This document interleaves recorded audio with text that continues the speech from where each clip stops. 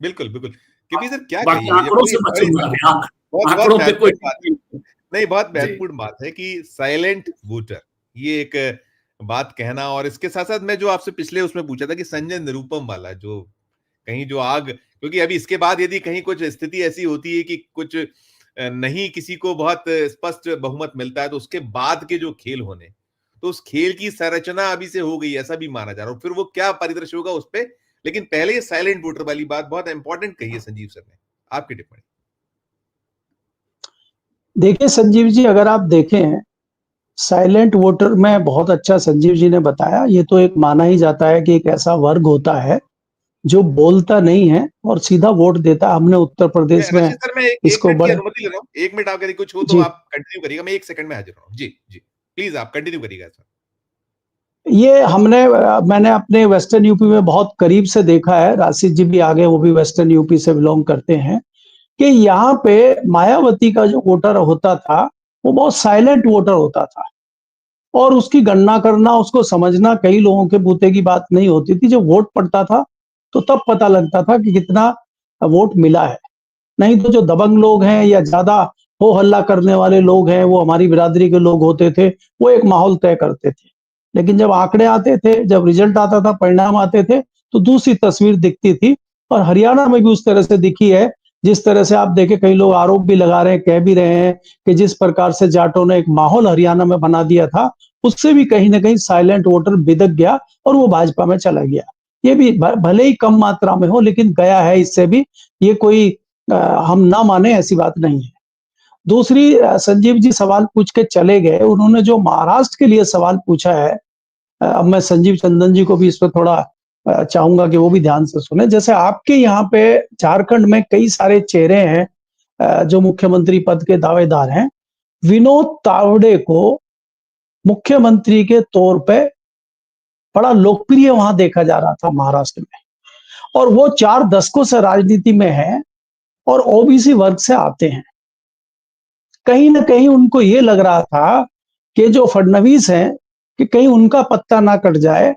और पता चला सीएम तो आजकल नाम कोई और होता है, सामने कोई और होता है, काम किसी और का चलता है, और दिल्ली से एक जहाज चलता है और जाके वहां शपथ दिला देता है। तमाम भारतीय जनता पार्टी के मुख्यमंत्रियों का अगर इतिहास देखें, उसी तरह से बना। योगी जी की ताजपोशी भी इसी तरह हुई थी। जो अपनी जैकेट वैकेट शेरवानी सिला के गए थे, वो मंदिर में चले गए, इधर योगी जी ने शपथ ले ली। राजस्थान में आपने अभी देखा, मध्य प्रदेश, हरियाणा में। तो इस तरह से कहीं ना कहीं ये लग रहा था कि फडणवीस को, कि कहीं इस तरह ना हो जाए। मुझे ये लगता है कि जो सारा मामला चल रहा है, जो हमें दिख रहा है, और जो एक चीज नहीं दिख रही है, इसके पीछे भी भले ही मूक सहमति हो या कोई षड्यंत्र हो, उसमें फडणवीस भी इसके पीछे हो सकते हैं। और हमें थोड़ा थोड़ा, मैंने तो ट्वीट भी किया, हमें थोड़ा थोड़ा बंगारू लक्ष्मण जी की तरफ भी इस तरह का ध्यान करना चाहिए कि उनको जिस तरह से रास्ते से हटाया गया था, तो कहीं उसी कड़ी में विनोद तावड़े को तो नहीं हटाया गया। और ये भारतीय जनता पार्टी और उसकी रणनीति रही है शुरू से। तो मैं ये सोचता हूं कि विनोद तावड़े को जिस प्रकार से हटाया गया, और लगातार खबरें आ रही हैं, विनोद तावड़े ने बाहर आके वहां से दूसरा बयान दिया, फिर निकलने के बाद तीसरा बयान दिया, फिर कहा मैं तो चाय पीने गया था, जिन लोगों ने पकड़ा वही मुझे गाड़ी में बिठा के ले गए। खबर ये आई, हमारे वहां जो स्थानीय पत्रकारों से, दूसरे लोगों से बात हुई है, कि जब वो होटल में थे, तो वहां ये था कहीं मॉब लिंचिंग ना हो जाए, विनोद तावड़े की मारपीट ना हो जाए, क्योंकि पुलिस बल उतनी तादाद में नहीं था जितने दूसरे लोग थे। और ये षड्यंत्र है। आपने सीसीटीवी बंद क्यों कर दिए? आप 9 लाख रुपए चाय पीने के लिए लेके गए, कि चलिए आपकी बात ही अगर मान लेते हैं। तो दूसरी बात यह है कि वहां पे पुलिस वालों ने भी कहा, बाकी लोगों ने भी कहा कि सर यहाँ पे इनकी जान को खतरा हो सकता है, इसलिए आप इनको बाहर ले जाके छोड़ दीजिए। इसलिए वो विरोधी दल के जो नेता थे, वो उनको अपनी गाड़ी में बिठा के बाहर ले गए। और वो इसको राहुल गांधी से सवाल पूछ रहे हैं, राहुल गांधी से सबूत मांग रहे हैं, दूसरी बातें कर रहे हैं। तो ये मुझे एक षड्यंत्र लगता है जो संजीव जी ने सवाल पूछा था। इसके बाद अगर हम बात करें, बहुजन वंचित अघाड़ी से सिटिंग विधायक हैं सर, जो जी जी जी जी जी, और उन ठाकुर साहब का वहां बड़ा अच्छा दबदबा, बड़ी अच्छी मान्यता उनकी है। भले ही थोड़ा उनके ऊपर ये माफिया का टैग लगता है कि वो भी माफिया है, लेकिन ठीक है, माफिया तो बहुत लोग हैं उत्तर प्रदेश बिहार में, कौन से काम है माफिया। लेकिन उनकी वहां पे दबंगई चलती है और उन्होंने एक चीज को जस्टिफाई किया, दिखाया है। वो भी पूरी तैयारी के साथ गए थे। अगर वो पूरी तैयारी के साथ नहीं जाते, पैसा ऑन स्पॉट नहीं पकड़ा जाता, जिस तरह से आपने पैसे को देखा है, तो कुछ नहीं होता, मामला रफा दफा हो जाता। वो दबंग थे, इसीलिए वो कर पाए, कोई सामान्य आदमी नहीं कर पाता। तो जिस तरह से भारतीय जनता पार्टी रणनीति कर रही है, शाम धाम दंड भेद, जो, और ये खाली यही नहीं हुआ, ये कई जगह हुआ है।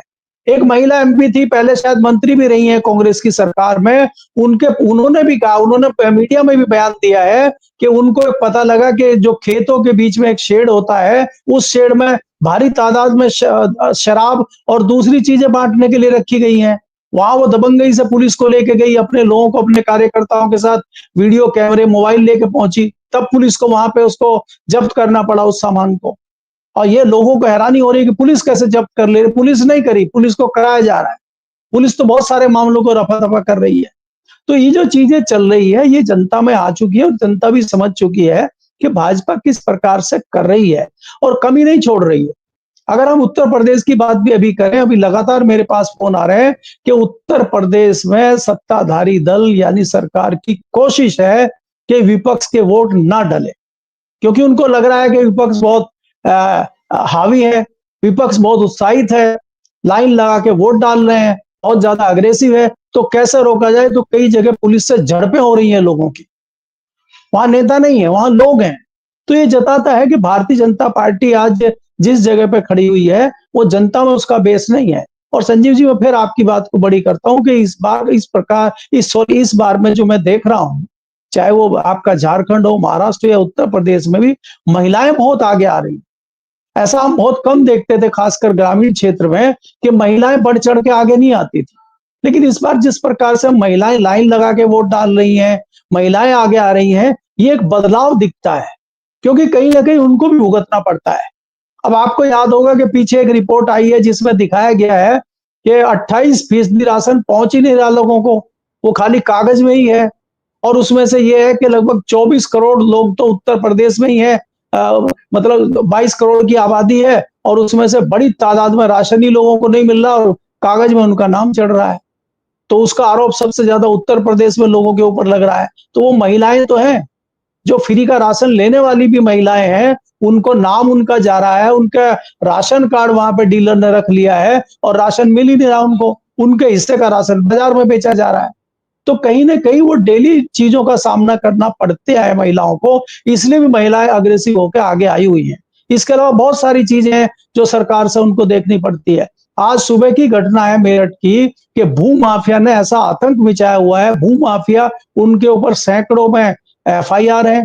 500 करोड़ की जमीन तो खाली रेलवे की उन्होंने बेच दी है और पुलिस उन्हीं को बचा रही है। जो आम किसान और दूसरे लोग हैं जिनकी जमीन हड़पी जा रही है, उनको पुलिस कुछ नहीं कह रही। तो उत्तर प्रदेश में हाल ये हो चुका है अभी। बिल्कुल जी संजीव जी, बिल्कुल सही कह रहे हैं। इस बीच में